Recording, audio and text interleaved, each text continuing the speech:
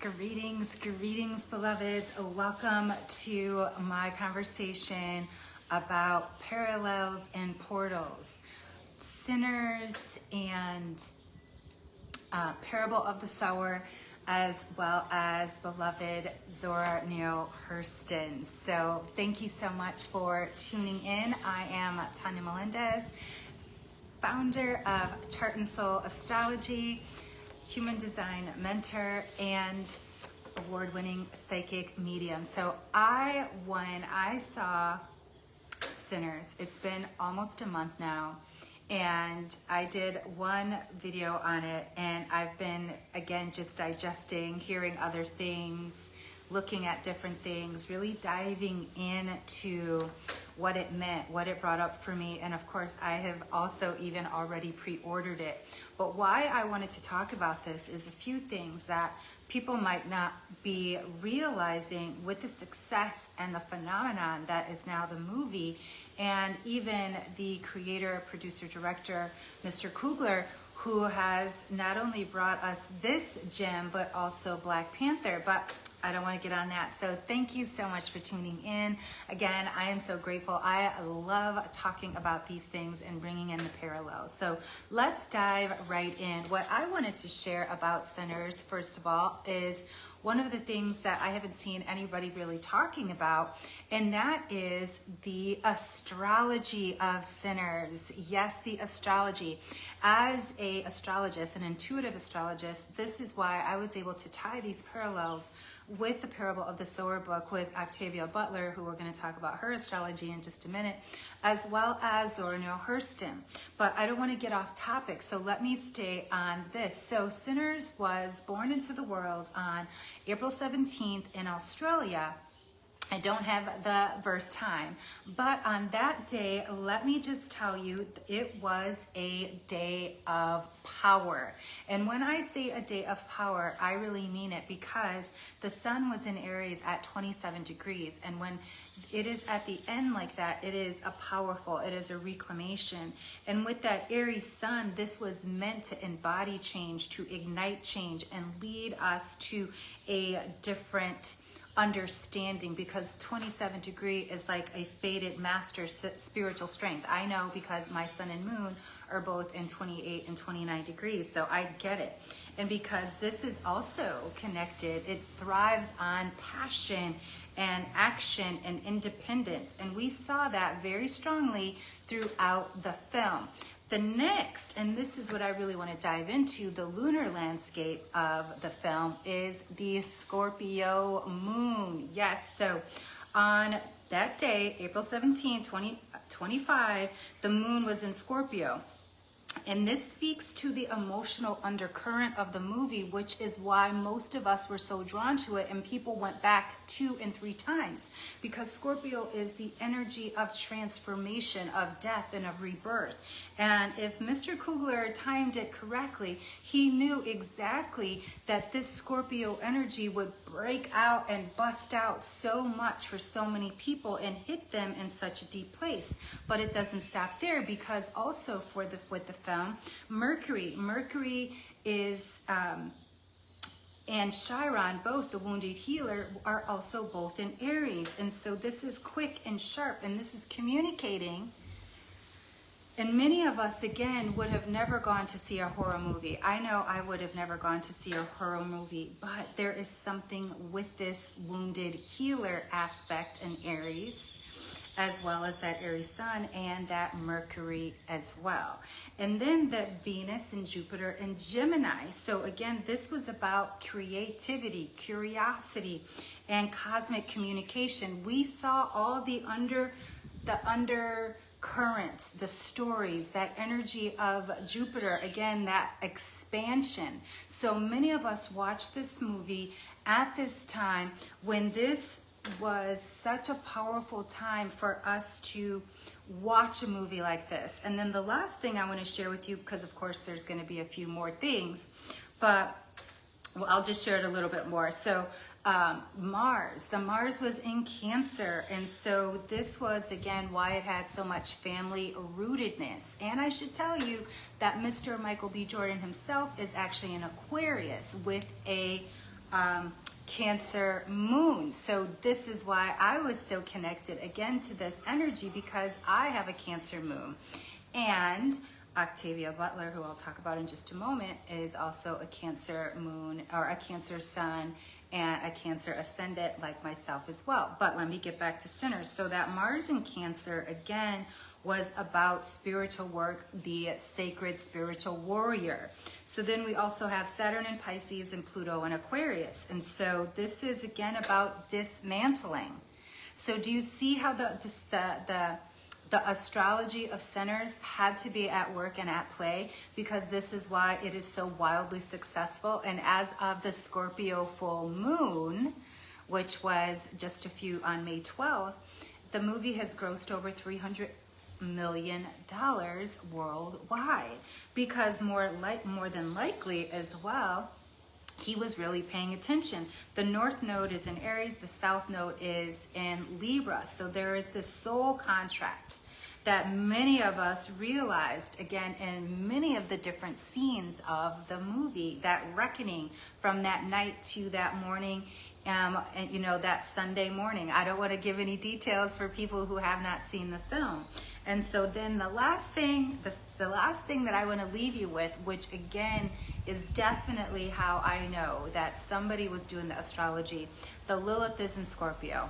The Lilith is in Scorpio and has been since, because my Lilith was in Libra and it shifted, I want to say, at the end of March. So using this Lilith and Scorpio energy was that wild and raw energy that was so strong that we saw with the characters in between them, that sexual energy, that was Lilith. And how that energy, again, that even the idea of sinners and saints was between those two things, again, about sexuality and emotional alchemy and shadow integration, all those things that are Lilith ruled. So I am sure that they were using astrology when this movie was born. And so I want to shift now to why I saw the parallels with Sinners and Parable of the Sower, which was another hot topic book at the beginning of the year because of the parallels. And so if we look out in the world right now, we're seeing all of this fire, destruction, things like that. Well, I should tell you, and I'm going to tie this all together, should tell you, in the book Parable of the Sower by Octavia Butler, she talks about these fire people there that start fires, and that they are the new humans, that there is this drug that they've taken that makes them want to start fires. And are we not living in a time that there is more fires? Also, throughout the book, there was a lot of destruction and people, again, having to loot and steal and live on the streets and really be in this new world where nothing made sense and there was no walls, right? And we're starting to see some of this happening with natural disasters that are either natural or man-made, depending on, again, what we're seeing. And so how that future story, Parable of the Sower, which I should tell you is set in the year 2025 and beyond, how they're related is because of the energy of spiritual practice, this reawakening. Throughout Parable of the Sower, she is on a mission to remind people that this is a spiritual war. In the movie Sinners, we were reminded that this is a spiritual war. The idea of the vampires wasn't just about, you know, them sucking your blood and trying to kill you. There was a emotional and a spiritual connotation that was in the undercurrent, which I just shared in the astrology.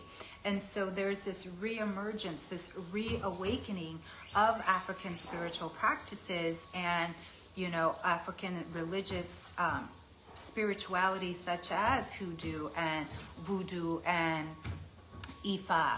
And again, it's reminding us that these are our natural practices.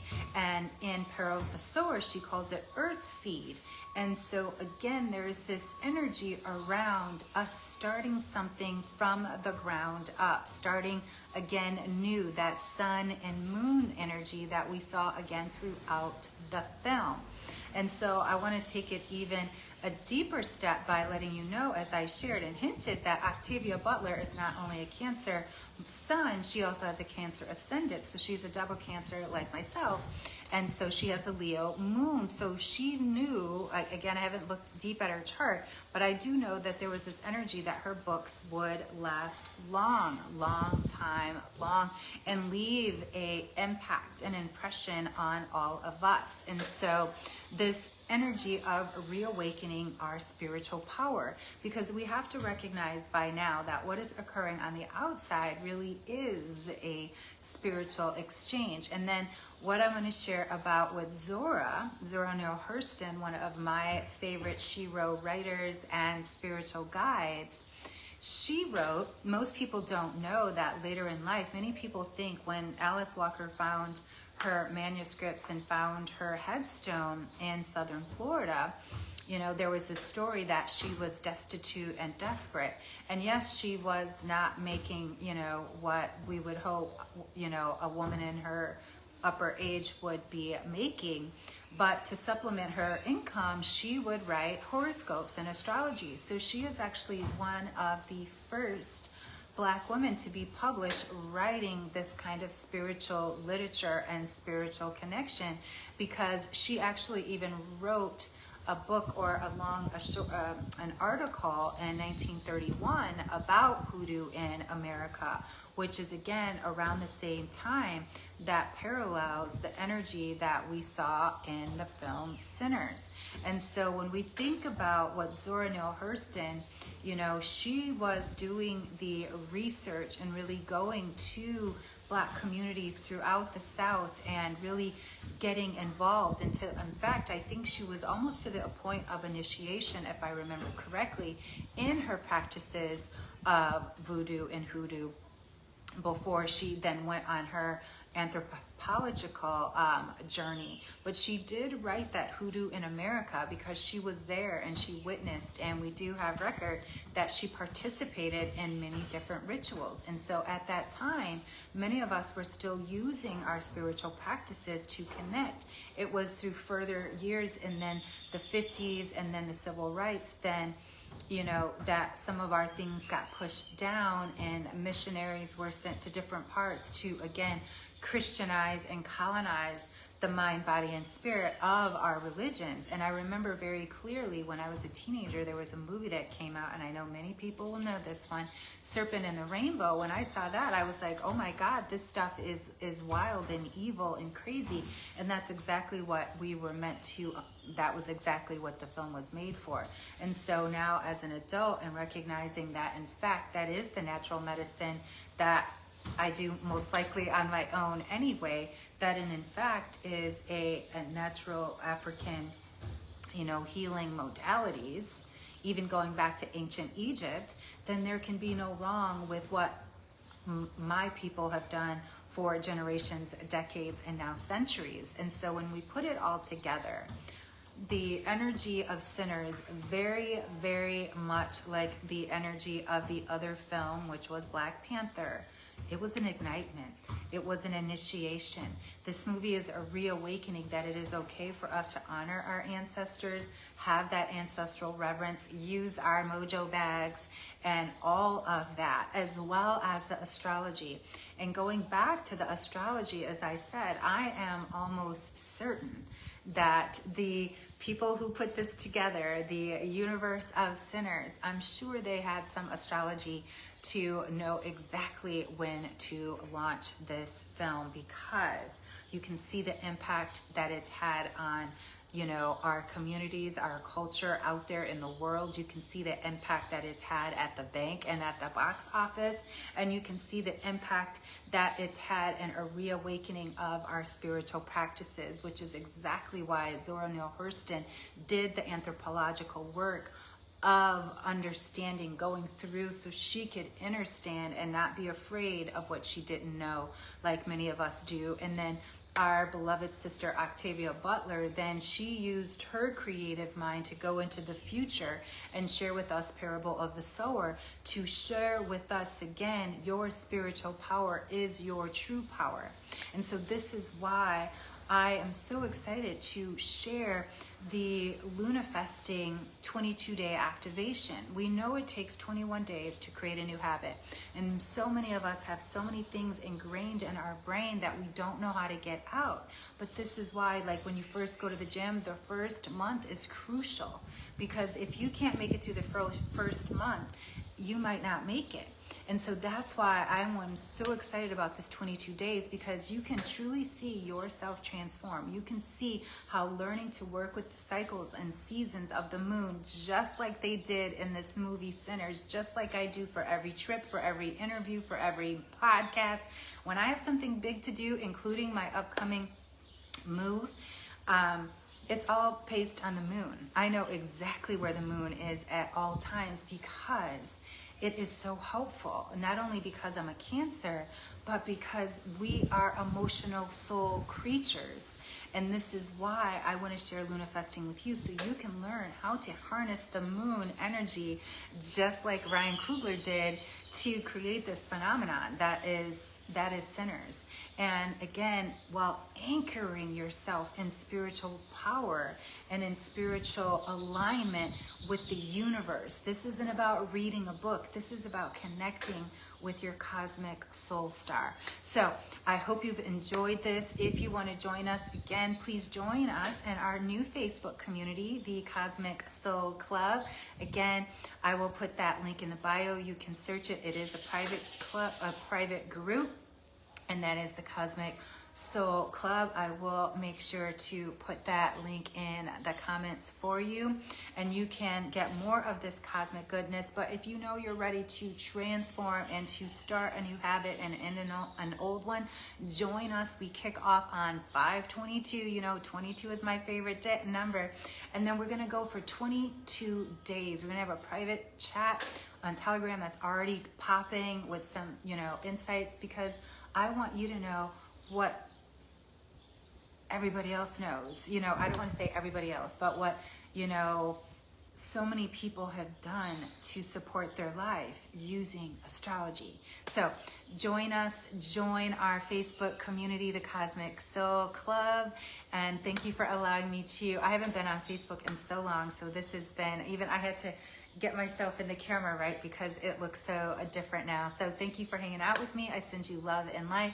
I will put some, of course, links in the comments. Again, thanks so much for tuning in. Happy Monday and see you soon. Ashe.